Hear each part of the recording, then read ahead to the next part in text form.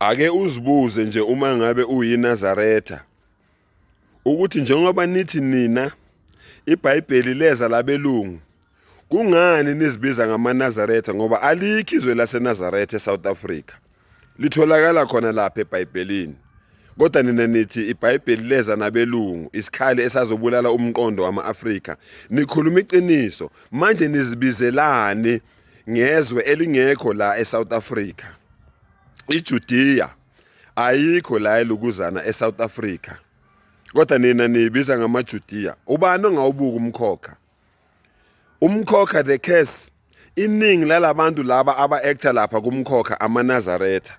aniboni yini ukuthi labantu bazama ukunibonisa ini ngendlela nje wabe-actor umkhokha ngakhona banibonisa exactly into eyenzeka kule nkolo yobuNazaretha banibonisa yona exactly ongaboni uyozabone qhubekani-ke kodwa nimthuke uNdabezitha nimthukela amaqiniso ngoba amaqiniso la enemthukela wona nani niyazi uma sifunda umlando wobuNazaretha uthi ubaba umdle wamafa uIsaya Shembe waseMantungweni akakaza athi yena uNkulunkulu ngiyamthanda ke lo baba wakwaShembe othi lo muntu lo ozibiza ngoNkulunkulu niyamazi ke nina lozibiza ngoNkulunkulu uthi lo baba yena mayengama phambi kwabantu ungichaza ngoba uyiNazaretha uthi yena mayengama phambi kwabantu atshela abantu ukuthi yena uNkulunkulu anomthatha nimuse ezikhungweni zabagula ngengqondo ngawe amagama lo baba utshela umhlaba wonke eSouth Africa yonke ukuthi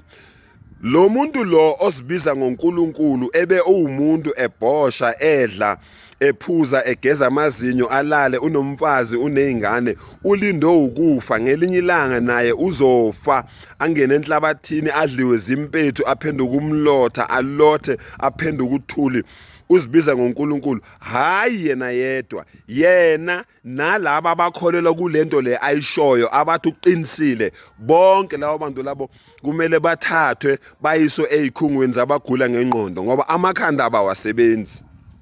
bagula ngamakhanda labantu laba abazenzi sebefana nemkhovu balalela yonke into abatshela yona ngoba vele wabakhunkula kudala kulungile ke qhubekani ke ningithuke njengoba nithuka ubaba ayikho inkinga ngiyabonga.